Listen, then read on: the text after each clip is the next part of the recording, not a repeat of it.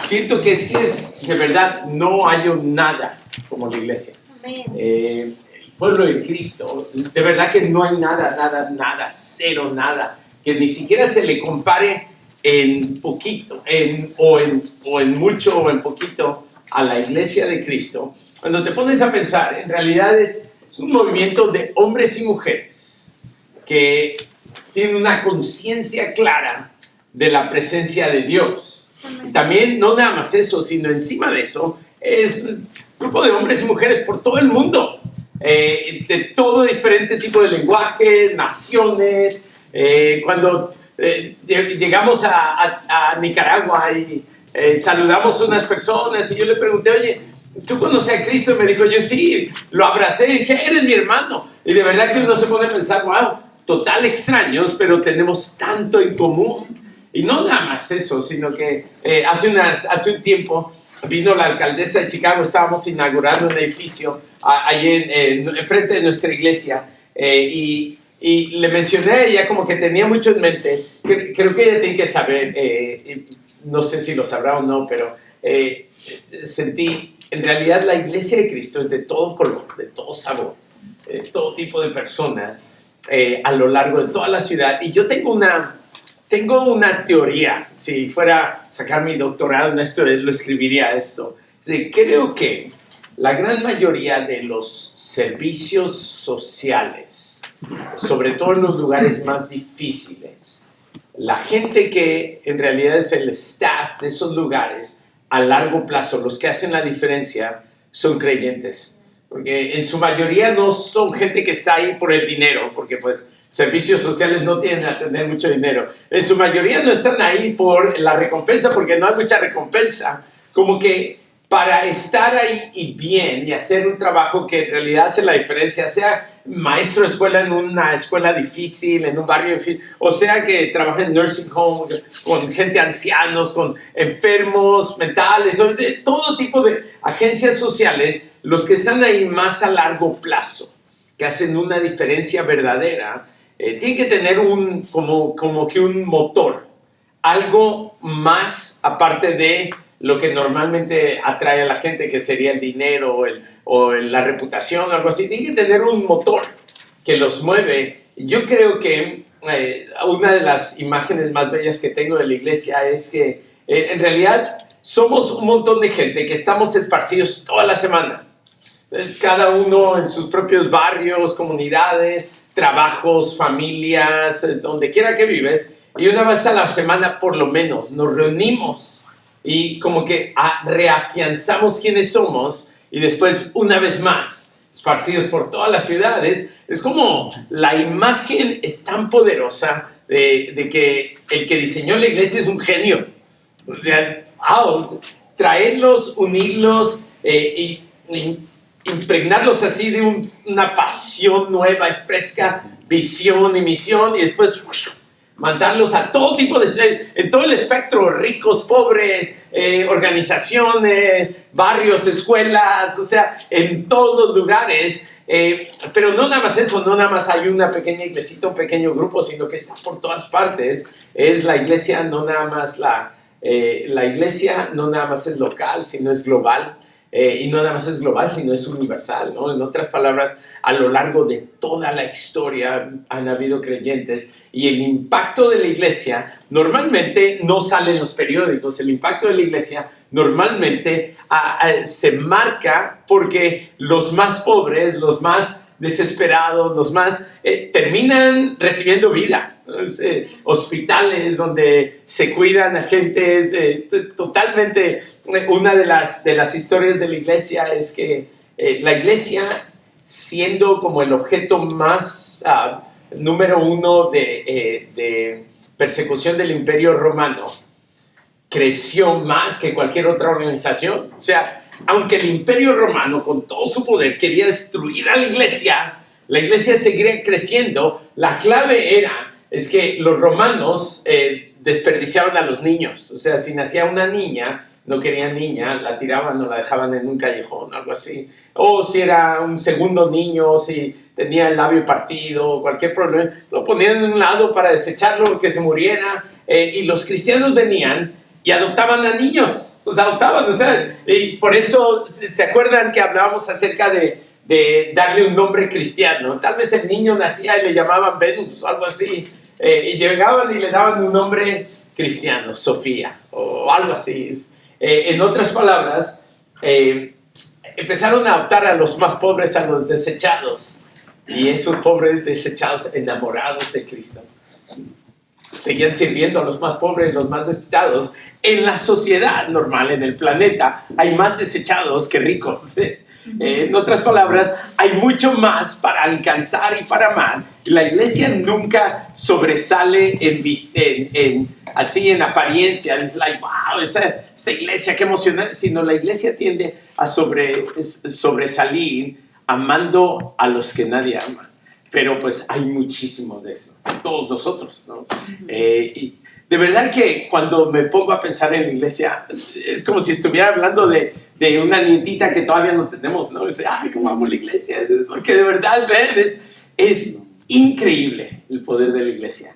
Estamos en la ciudad de Chicago. La ciudad de Chicago está dividida en 77 diferentes comunidades. En cada una de esas comunidades hay cientos de cristianos.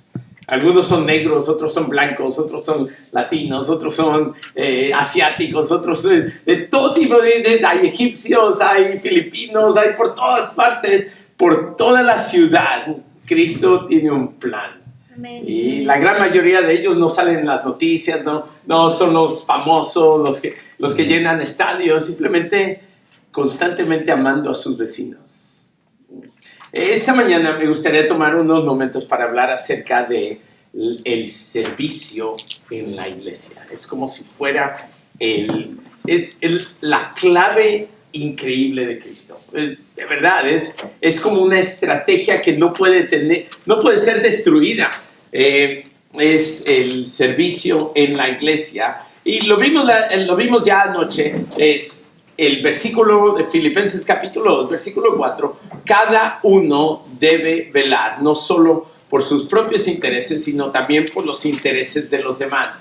Ahí está la clave de la iglesia. Como si el apóstol Pablo estuviera diciendo, ¿qué es lo que le digo a la iglesia? La iglesia va a crecer, la iglesia no va a poder ser contenida en ningún lugar. Aunque todo el imperio romano quiso destruir la iglesia, no pudo, se multiplicó. Aunque todo el imperio de la cortina de bambú que le llamábamos el comunismo chino, la esposa de Mao Zedong dijo, cuando terminemos con los cristianos, la única Biblia que se va a encontrar en todo China.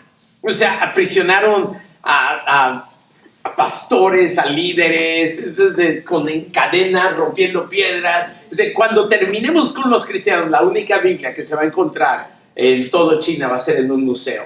Y cuando cayó el comunismo, en realidad el cristianismo era lo que se había esparcido más por todas partes.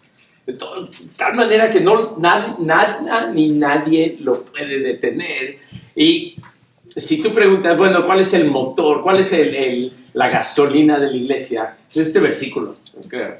Cada uno debe velar, no solo por los intereses, por sus propios intereses, sino también por los intereses de los demás. Bien poderoso. Es Filipenses 2.4. Filipenses 2.4. Cada uno de nosotros. Imagínate si eso sucede, la iglesia no puede ser contenida. Cuando eso sucede, no puede ser contenida. Y aún más, eso está sucediendo, por eso la iglesia nunca puede ser contenida. En todos los lugares la iglesia está creciendo de muy diferentes maneras, pero no de las maneras más públicas que diríamos en las noticias, ¡wow, la iglesia! Sino que de las maneras más sublevales, más pequeñas, más que no se notan en la superficie, sino debajo de la superficie, porque somos gente, hombres y mujeres, que Cristo ha puesto algo en nuestros corazones, no solamente velar por nuestros propios intereses, sino también por los intereses de los demás.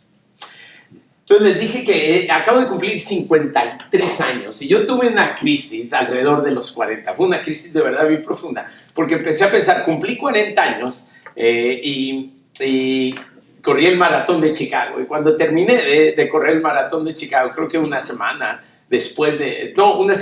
antes de mi cumpleaños, sentí, era el 10-10-10, es 2010, octubre 10 del 2010.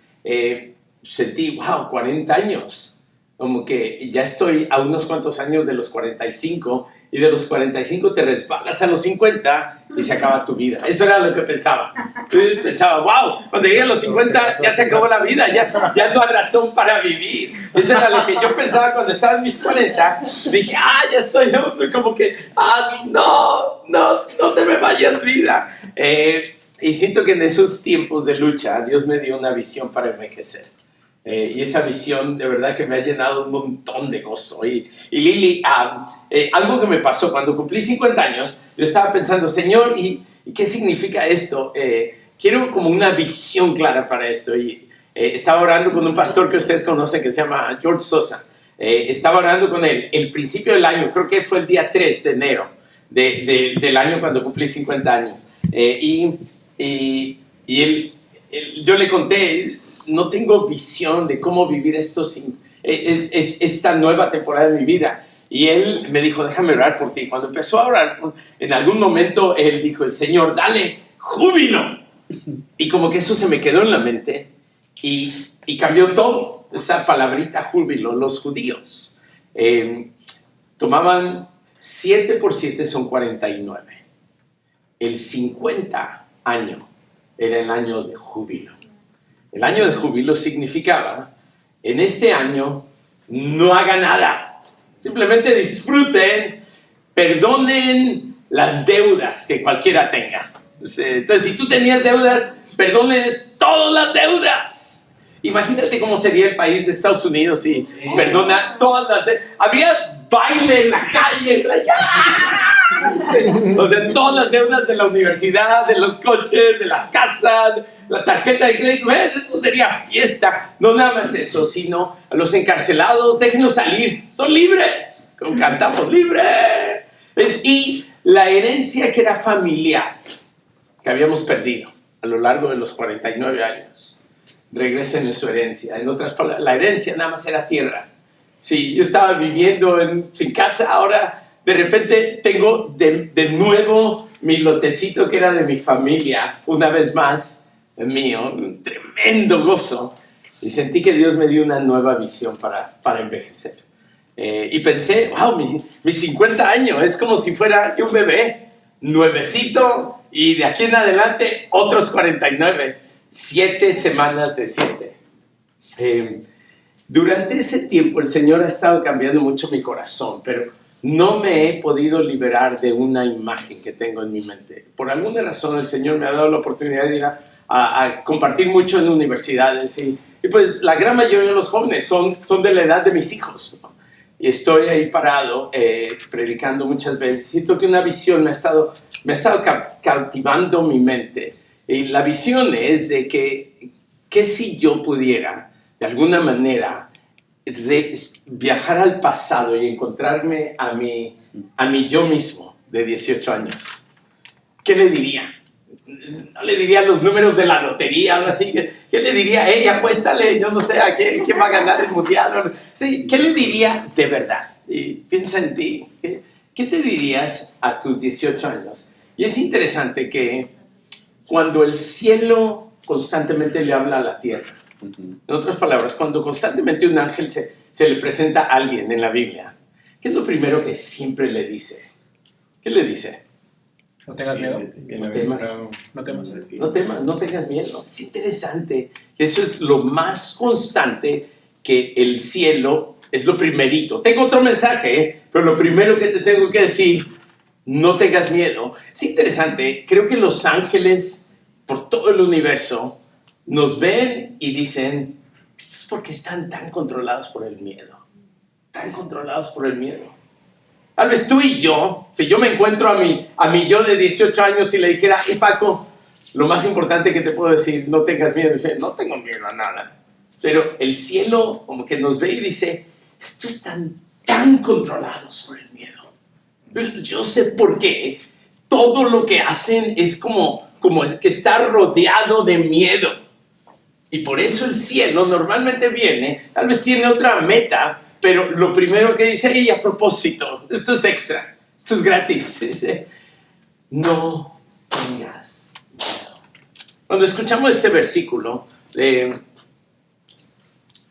ustedes, cada uno de ustedes, no solamente velen por sus propios intereses, sino por los intereses de los demás. ¿Por qué nos tiene que decir eso? Nos lo tiene que decir porque normalmente vivimos rodeados de un miedo que la gran mayoría de nosotros ni siquiera nos damos cuenta de ese miedo. Y el miedo probablemente tiene que ver con que si velo por los intereses de alguien más, me va a ganar. Si velo por los intereses de alguien más, entonces, ¿quién va a velar por mis intereses? Si yo digo, bueno, ahí está la línea de la comida, yo tengo que ser el primero, porque tal vez no me va a tocar a mí. Todos los demás van a comer pollo y yo llego y ya no hay pollo para mí. En otras palabras, como que en su gran mayoría no velamos por los intereses de los demás, porque aunque lo veamos, el cielo, aunque nosotros no lo veamos, el cielo lo ve y nos ve que estamos totalmente controlados por el miedo. Yo no sé si tú ves eso o no, pero yo lo veo dentro de mí.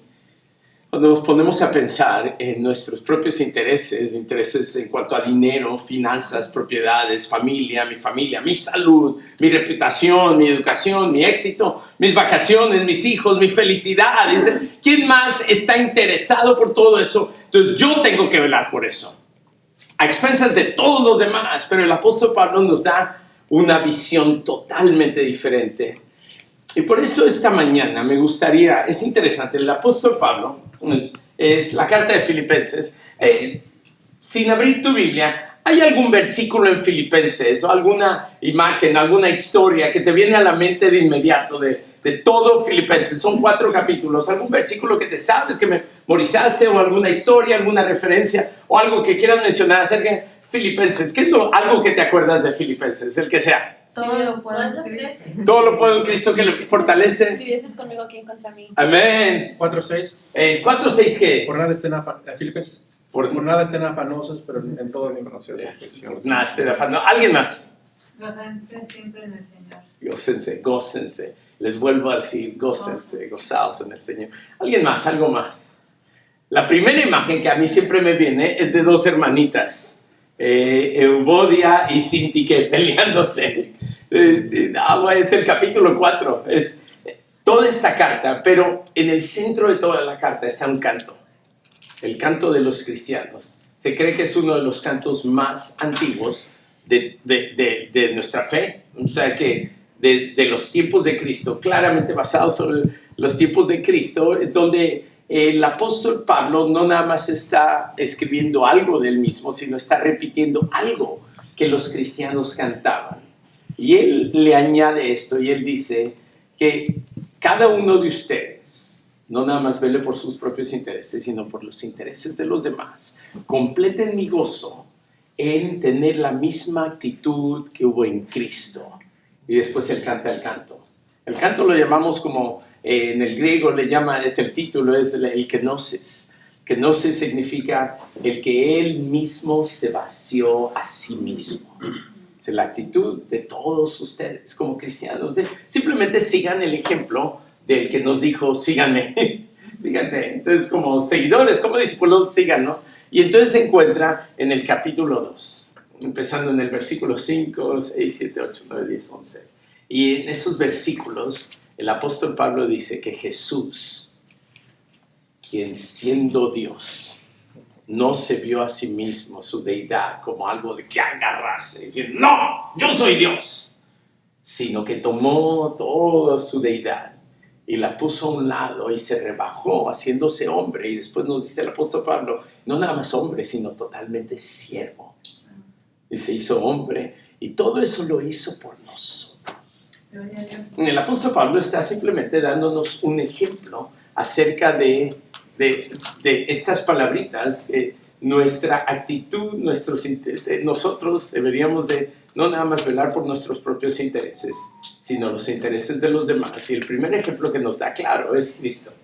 Cristo, velando por nuestros intereses, se entregó en la cruz para morir por nosotros. ¿Se entiende eso? Después da otro ejemplo, y el otro ejemplo es de él. Y él está diciendo, yo estoy ya siendo vertido, dice, y aunque sea vertido como si fuera un sacrificio vivo, es también el mismo capítulo, siguen los siguientes versículos, lo estoy haciendo para la bendición de todos ustedes. Es como si fuera una jarra y toda mi vida está en esta jarra. Y él dice, yo estoy siendo vertido, no por mí, por mis intereses, por salir en YouTube, porque todos me hacer una celebridad, sino lo estoy haciendo para el beneficio de todos ustedes.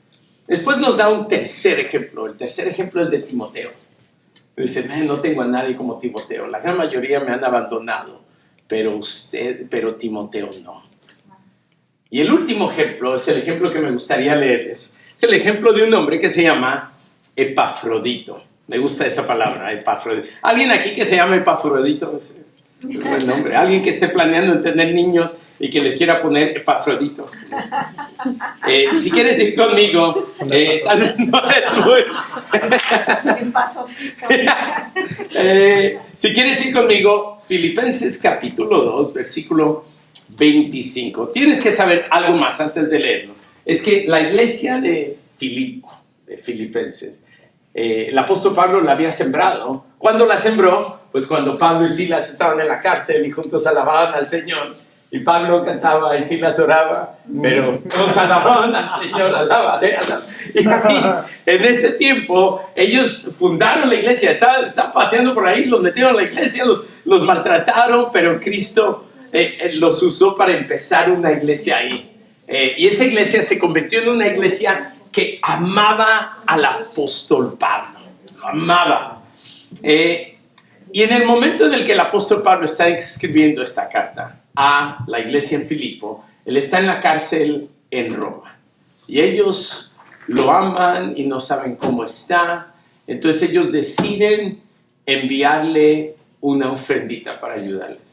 En la cárcel, estuve en Nicaragua, ahí en el pueblo de Matagalpa, y pasamos justo al ladito de la cárcel, y había un montón de mujeres con trastecitos así. Yo le pregunté al pastor, oye, qué están haciendo esas mujeres? Es que la gran mayoría de ellos no van a comer bien, entonces sus esposas, o sus mamás, o sus hijas, les traen algún tipo de comidita, y alrededor de una hora les dan la oportunidad de pasarla por las rejas a los reos.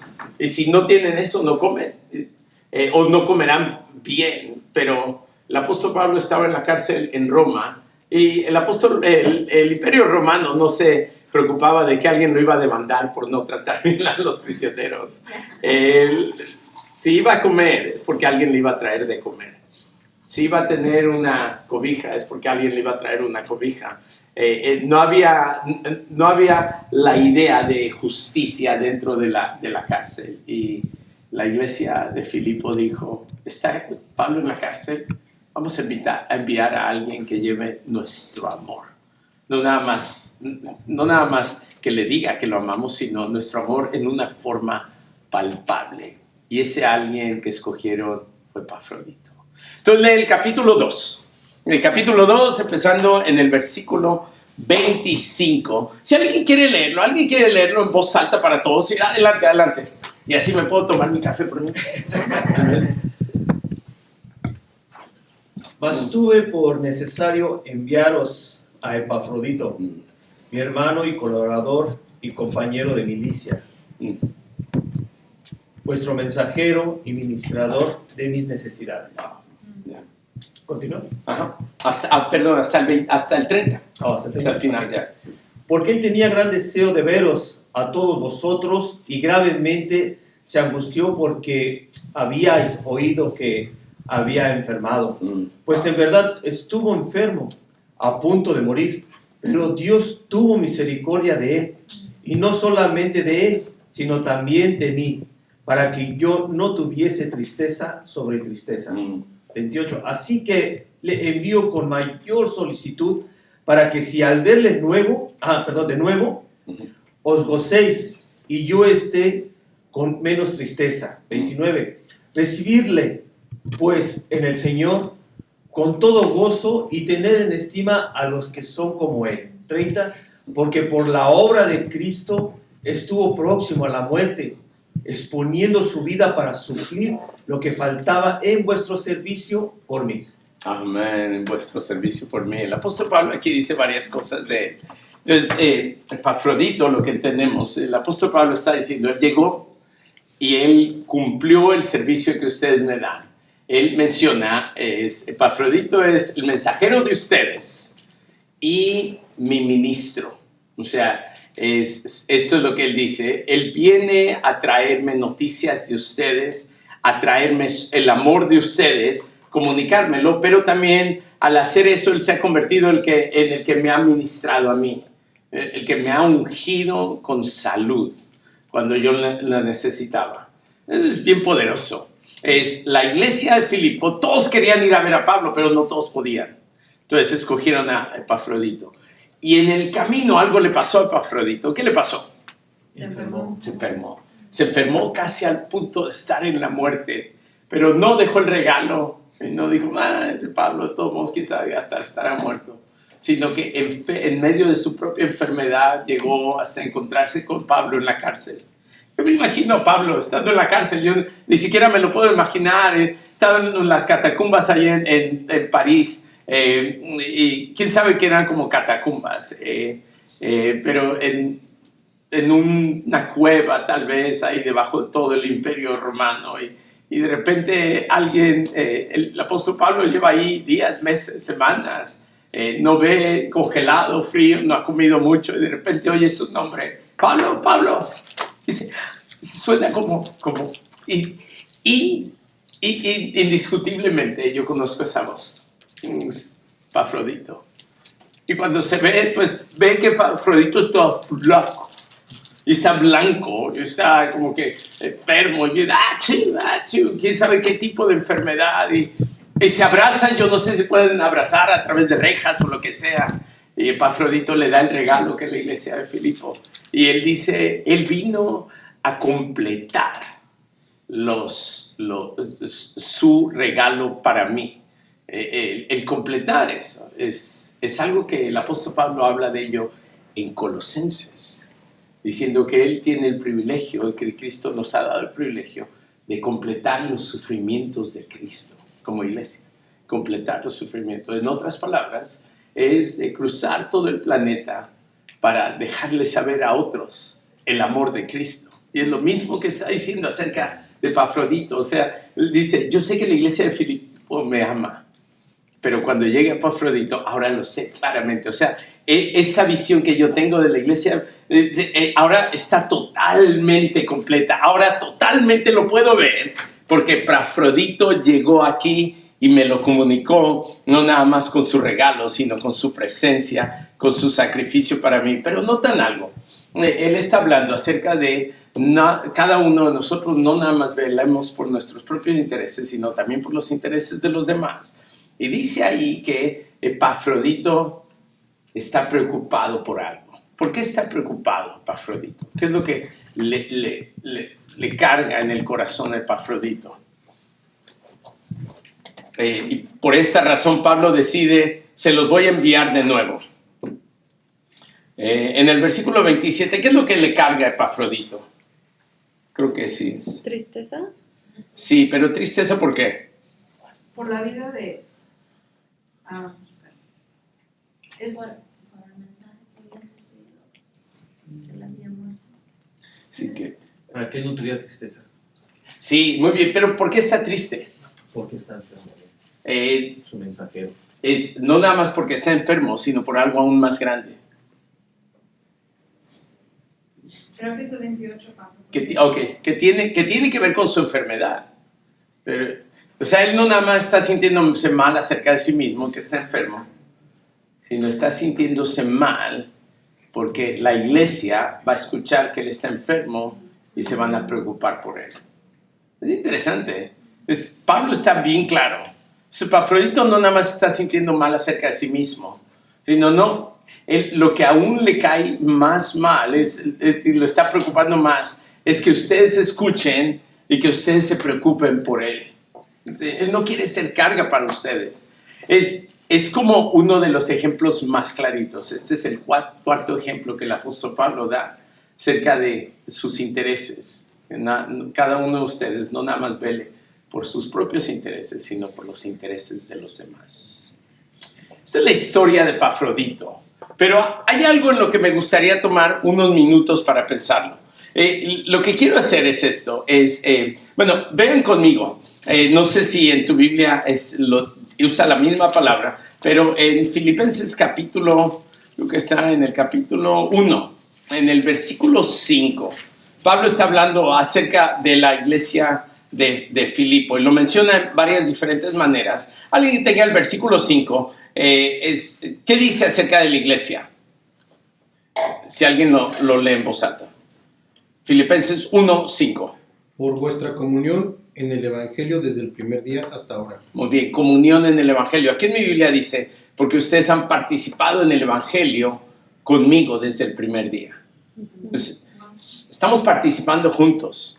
Alguien que pueda brincar conmigo, el capítulo 2, versículo 18. 2:18, alguien más que lea 2:18 en Filipenses. Y asimismo gozaos y regocijaos también vosotros conmigo. Muy bien. Aquí en mi Biblia dice, así también ustedes, alégrense y compartan su alegría conmigo. Entonces, ya han compartido su participación en el Evangelio, pero también el gozo que yo tengo en el capítulo 4, en el versículo 14. O sabes que el 3:17, ¿alguien más? 3:17. Ajá.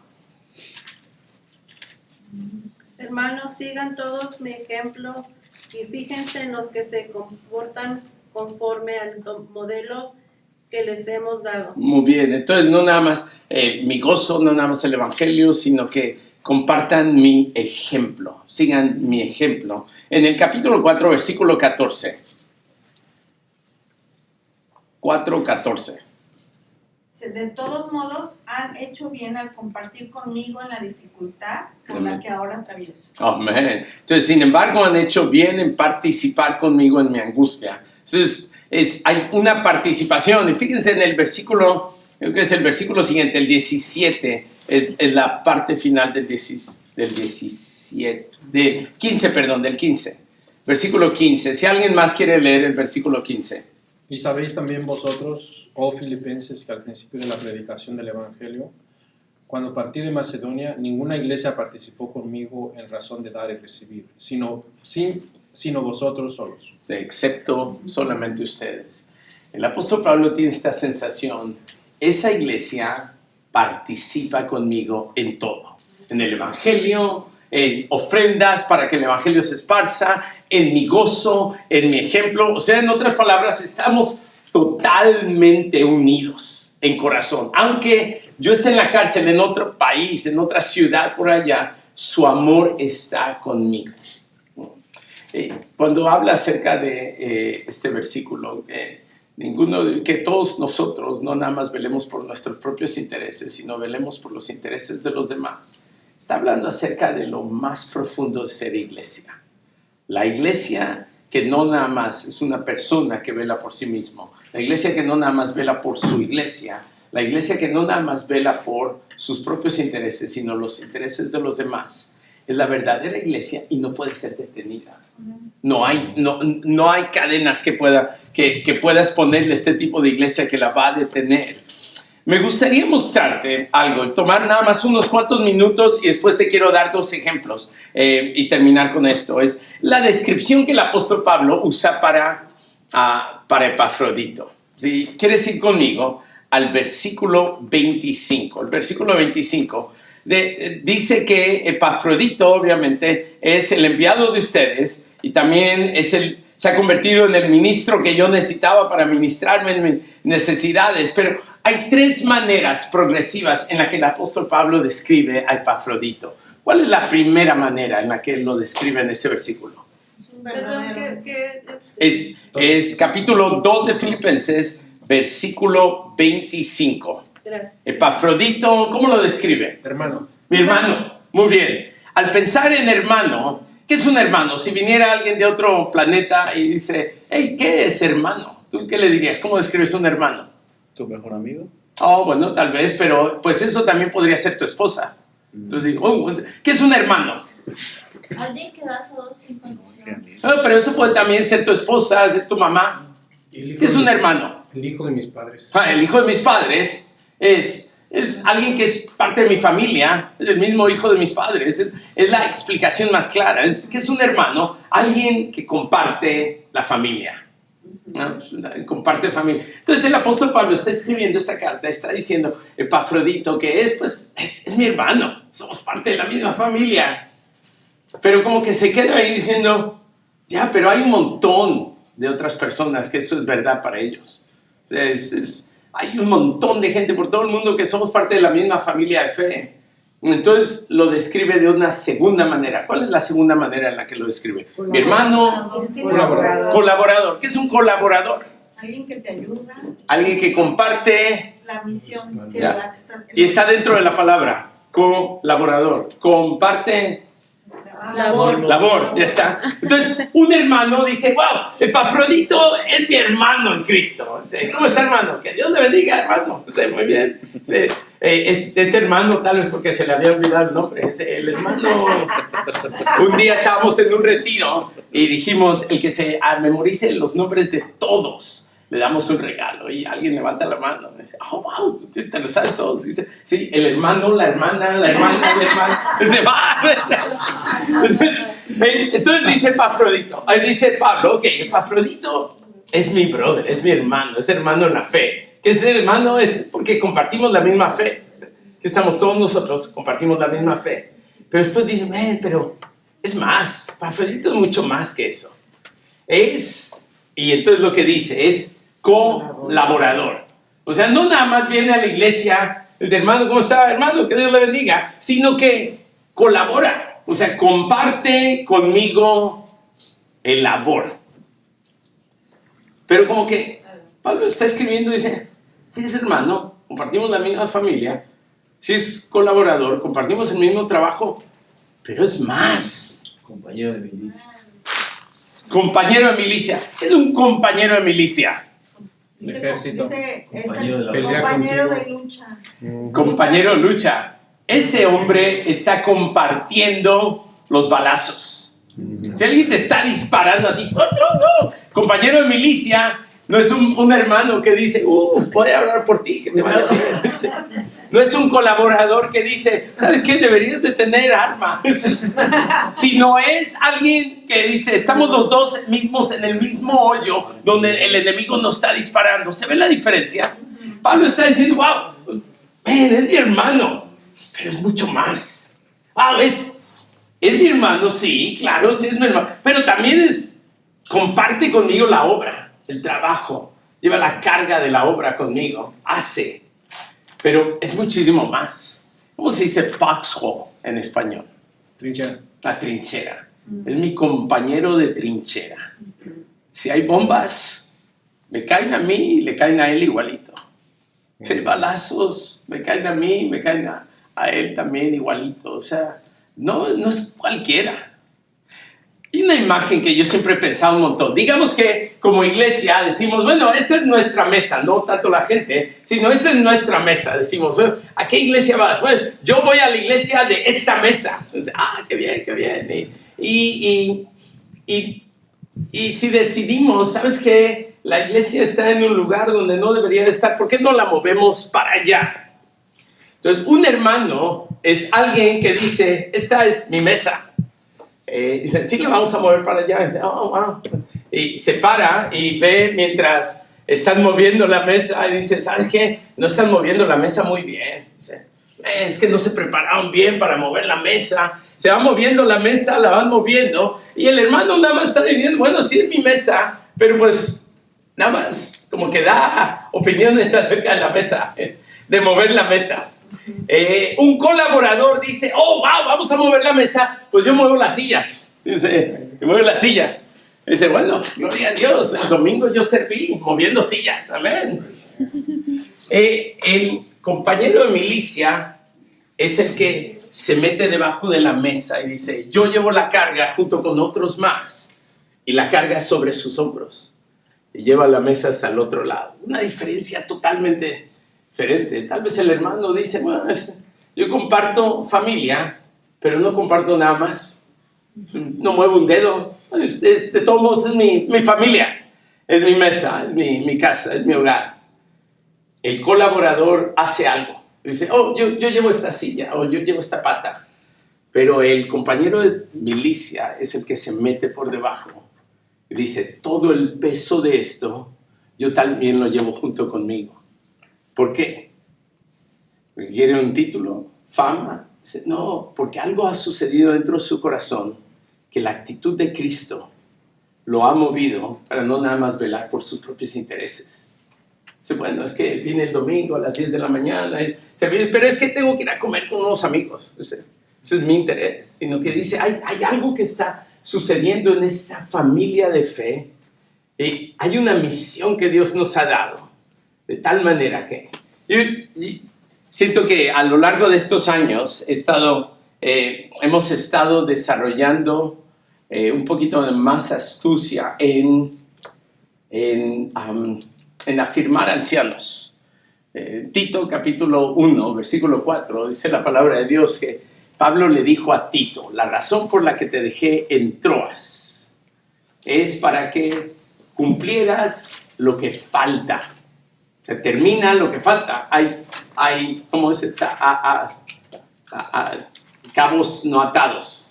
Hay cabos no atados. Entonces, ata los cabos que tienen que ser atados.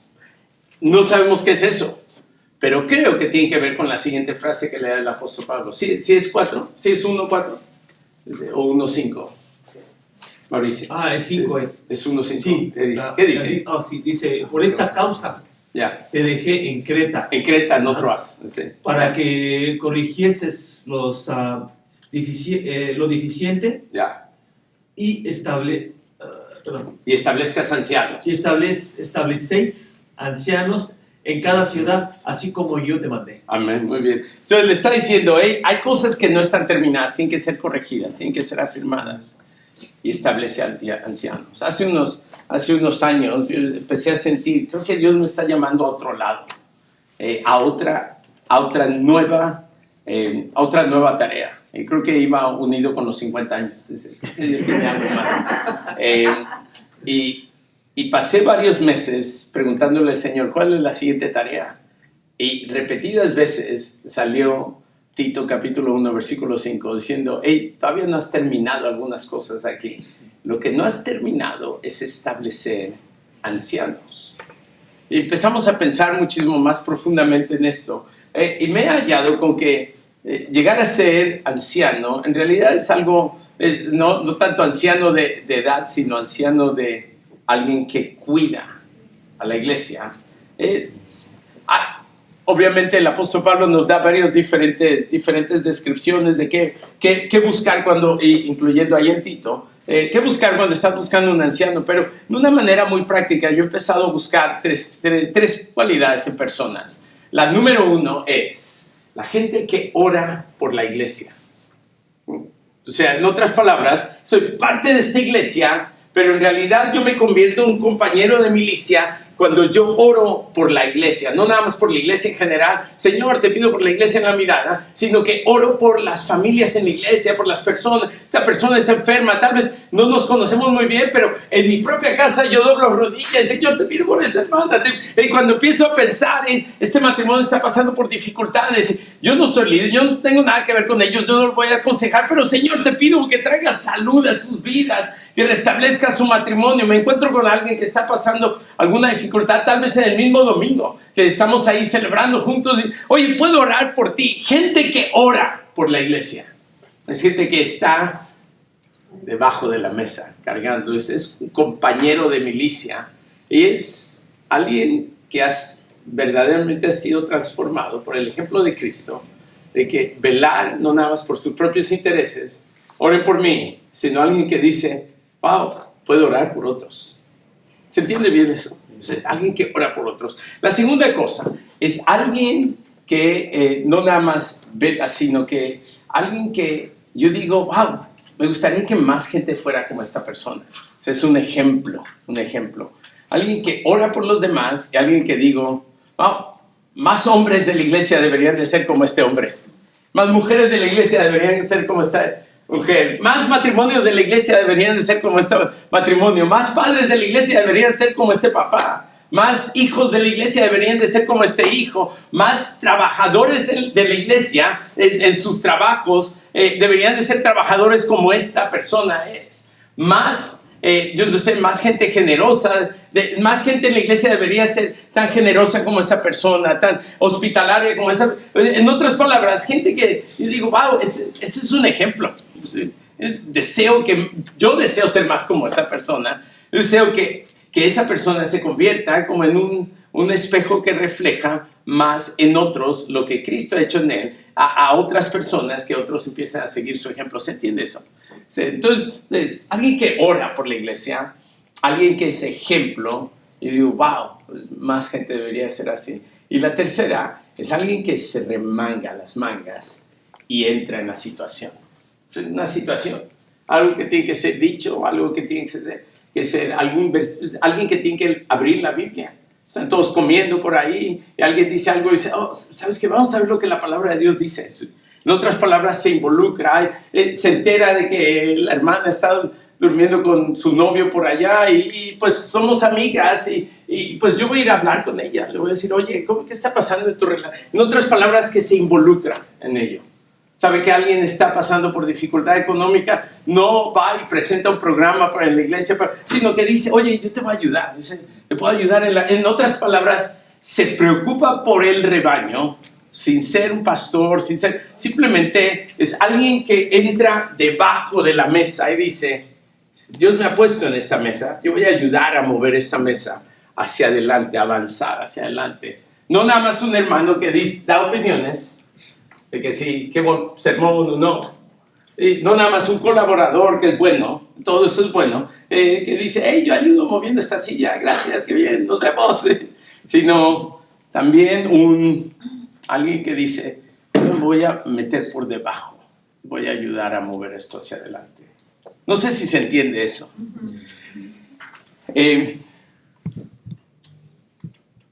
En la ilustración que el apóstol Pablo da acerca de Jesús dice, y porque Cristo dio todo, sin velar por sus propios intereses, Dios le ha dado un nombre, lo ha exaltado hasta lo sumo y le ha dado un nombre que es sobre todo nombre. Cuando pensamos en eso, pienso en esto, pienso que la gran mayoría de nosotros, en alguna manera u otra, queremos alcanzar un nombre, no un título, sino un nombre, de tal manera que esté sobre todos los nombres, que cuando la gente diga Paco, que la gente diga, qué buen nombre, cómo me cae bien, qué hombre de Dios, qué generoso, qué bueno, Paco, que no digan Paco, dicen, como que todos estamos queriendo tener algún tipo de nombre que es sobre otros nombres. Jesús no estaba buscando el nombre. Jesús se humilló a sí mismo. Se quitó nombres, se quitó títulos y se hizo siervo. El siervo no es nombre. El siervo es el siervo.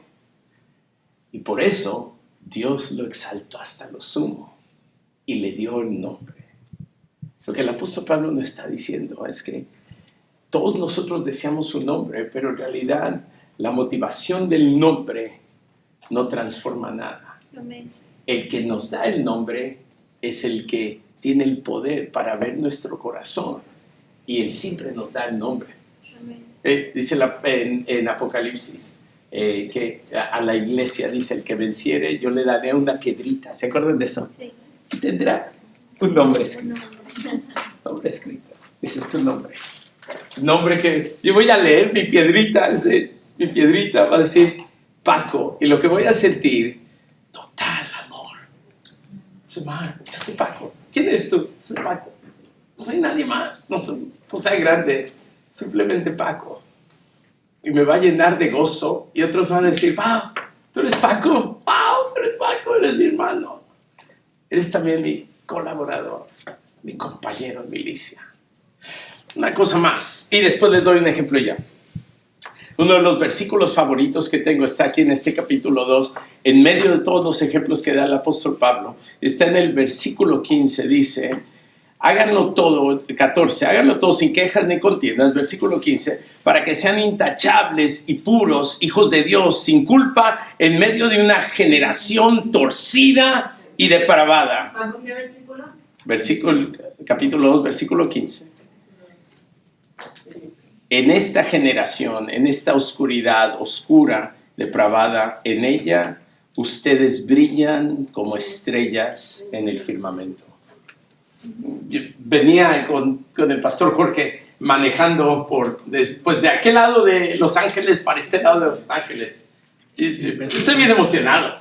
Yo me creo todas las historias acerca de Los Ángeles. Todo lo que, pues yo venía diciéndole a Lili, oye, ¿cuándo vemos a la gente famosa? ¿Dónde paramos en Starbucks para ver a Tom Cruise? Eso es lo que yo traigo de allá, viniendo para acá. Y después íbamos por el expressway, íbamos bajando en una entrada. Y le dije a mi esposa, oye, cuídate porque aquí en California, en Los Ángeles, cuando hay mucho tráfico, se para todo el tráfico, la gente se sale de sus coches, brinca en los cofres y empieza a bailar. Esas son las estrellas. Y el apóstol Pablo dice, los que aprenden a no nada más, siguen el ejemplo de Cristo, han sido liberados por Cristo, de tal manera que empiezan a no nada más velar por sus propios intereses, sino por los intereses de los demás. Perdonar a los que es difícil perdonar. Dar a los que no se merecen recibir. Abrir su corazón y darse a conocer a otros. Esos, dice el apóstol Pablo, brillan como estrellas en el firmamento de esta generación torcida y depravada, oscura. Un ejemplo de mi último ilustración, y ya les quiero contar una pequeña historia. Durante la pandemia, el barrio donde nosotros vivimos son 77 diferentes comunidades dentro de los límites de la ciudad de Chicago. Una de esas comunidades es nuestro barrio, se llama La Villita. Barrio mexicano inmigrante, es como dice Silvia, alrededor de 2 millas, más como 2 kilómetros cuadrados, cerca de entre 70 y tantas a 90,000 personas que viven en esta comunidad, mayormente históricamente mexicanos, inmigrantes. Es el barrio mexicano, es el barrio donde la calle es la calle México, la calle 26 es la calle México. Por todo el medio oriente de Estados Unidos, el medio oeste de Estados Unidos, todos los mexicanos saben de esa comunidad. Entonces, si te vas hasta Nebraska y dices, hey, ¿dónde vives? En La Villita. Y dices, yo estoy en La Villita, ahí es donde me voy. Los fines de semana, ahí es donde voy a comer pozole, ahí es donde voy en las Navidades. ¿Y qué vas a hacer? Pues nada más pasear por la calle y ver las tiendas y comprar muñecas de la quinceañera. Gente desde Nebraska hasta Ohio, hasta Minnesota, hasta Michigan. Entonces, ese círculo así enorme. Y ahí es donde Dios nos ha plantado. Ese barrio se convirtió, después de que la pandemia empezó en China, después se movió a Italia, ¿se acuerdan de eso? Y después llegó a Oregón, y de Oregón se empezó a esparcir. Llegó a Nueva York, y después llegó a nuestro barrio. Y creo que en cuestión de 2 semanas, el zip code de nuestra comunidad, el 60623, era el zip code de más muertes de COVID durante esa temporada, que obviamente cambió, pero durante unas 2 semanas, ese tiempo fue bien duro para mí. Yo recuerdo como pastor de una congregación que amo la congregación, pensando, quiero juntarme, quiero ir a ver hermanos, hermanas. Gente llamaba diciendo, mi mamá murió y ni siquiera la vimos, ni siquiera pudimos estar ahí cuando ella murió y se la llevaron. No hubo entierro, podemos hacer una oración nada más aquí nosotros, eso es lo único. Y no nada más eso, empezamos afuera de nuestro edificio.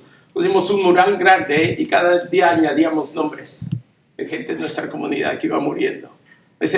Paramos en 100 porque se llenó todo. Paramos en 100 nombres y ahí siguen todavía. Mucha gente, de vez en cuando pusimos una cruz, sacamos la cruz que teníamos dentro del edificio, en el auditorio la sacamos, la plantamos justo afuera. Ahí en la esquinita, al lado de todo ese mural, Y muchas veces me encontré a gente simplemente parado enfrente del mural.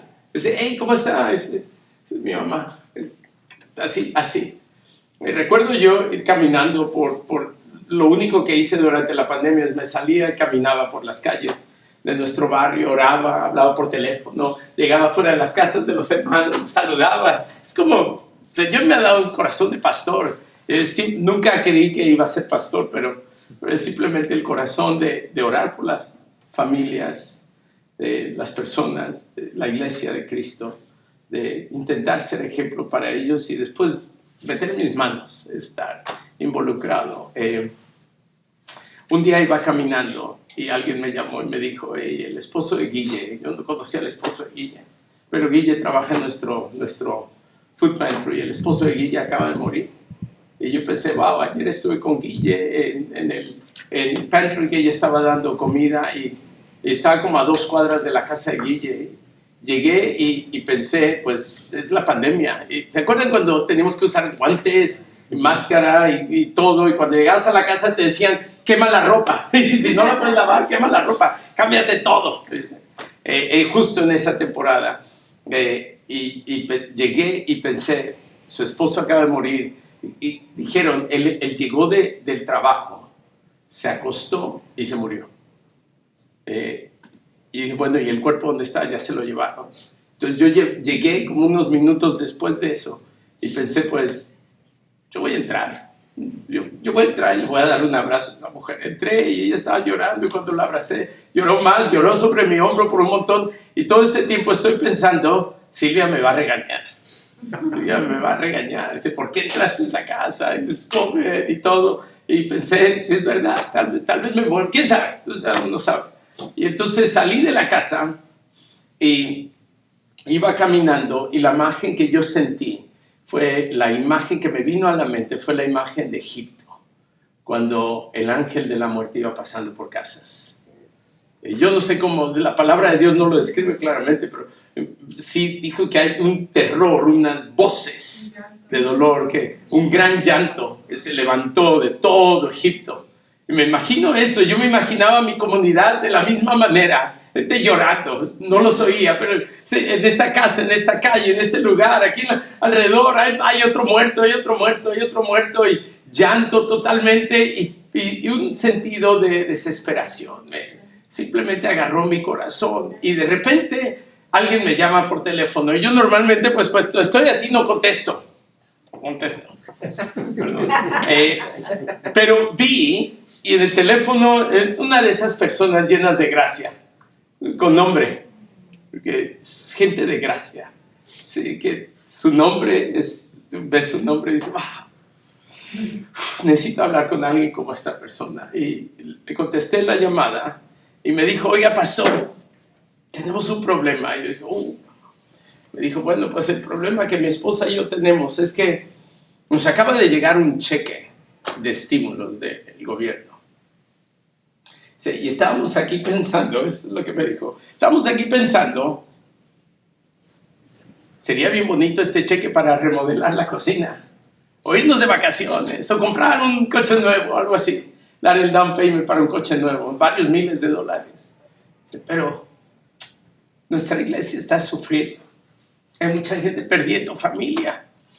Dice, entonces decidimos mi esposa y yo queremos regalarlo para alguien que verdaderamente lo necesita. En nuestra comunidad hay mucha gente ilegal, ¿no? Que no tiene documentación, entonces no recibió dinero del gobierno. Y entonces colgué con él y pensé, qué raro, ¿quién da todo su dinero? Pues, o sea, te llegó un cheque de estímulos y dice, ¡yuhu! En lugar de decir yuhu, dijo, hay tantos hermanos en la iglesia que están sufriendo, unos que perdieron su trabajo, que perdieron su... ¿Cómo podemos? No lo necesitamos este dinero.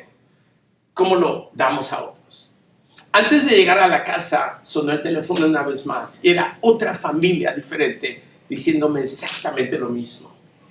Para cuando yo entré a mi casa, la desesperación se había transformado en algo nuevo. Le dije al tercer hermano que me llamó para decir lo mismo, le dije, parece que esto es como una conspiración o algo así. Dije, oye, si sabes de alguien más, porque obviamente como gente que tenía papeles y que tenía dinero y que no necesitaba esto, se empezaron a hablar el uno al otro.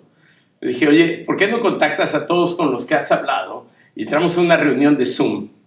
Esa noche, junto con el pastor Chris, entramos a una reunión de Zoom. Había como unas 20 familias. Y todos estaban diciendo, ¿a quién le damos el dinero? ¿Y cómo lo damos? No lo necesitamos. Fue una de las llamadas, yo odié Zoom con todos los demás, pero esta, wow, cómo me gustó. Impactó mi corazón. Y al terminar, creo que terminamos dando. Yo como pastor, yo nunca me había presentado en casas diciendo, hey, le traigo un cheque de $1,000. Nunca había hecho eso. Pero llegué a casas de hermanitos, hermanitas, viejitas, familias enteras que el esposo había perdido su trabajo y todos están en la casa así nada más, como borolas, nada más se veían las narices por la ventana, y tocando la puerta y siempre les decía lo mismo, esto no es mío, no es de mí, es de parte de su iglesia, gente que lo ama. Recibiendo y siento que durante todo el verano, todo ese verano, parte de mi ministerio fue llevar cheques. Cerca de 60,000, entre 60,000 a 70,000 que regalamos. Muy poderoso para mí. Entonces, es lo mismo que nos faltó en las finanzas de la iglesia, pero bueno, eso es. Pero al final del verano yo quedé totalmente convencido. La iglesia es espectacular. Cuando gente, hombres y mujeres, no solamente velan por sus propios intereses, sino por los intereses de los demás. Eso es un milagro de Dios. Y eso tiene poder para transformar familias enteras, corazones enteros, comunidades enteras. Y pues, te quiero invitar si cierras tus ojos conmigo. Señor Jesús, Epafrodito, no nada más un hermano, desde lejos da opiniones, critica sermones, dice, me gustó o no me gustó, sino que un hermano que también es colaborador, se involucra a hacer, pero no nada más eso, sino es compañero de trinchera. ¡Qué visión! ¿Cómo se convirtió este hombre aún a riesgo de muerte, en el cual el apóstol Pablo dice, ese fue el que me ministró vida a mi propio corazón? Señor, gracias. Mi deseo es que, Señor, cada uno de nosotros podamos crecer en ser más como Epafrodito, Señor. Sobre todo más como tú. Gracias porque tú diste todo por nosotros. Inauguraste la iglesia, un movimiento de hombres y mujeres que siguen tu ejemplo. En el nombre de Cristo. Amén.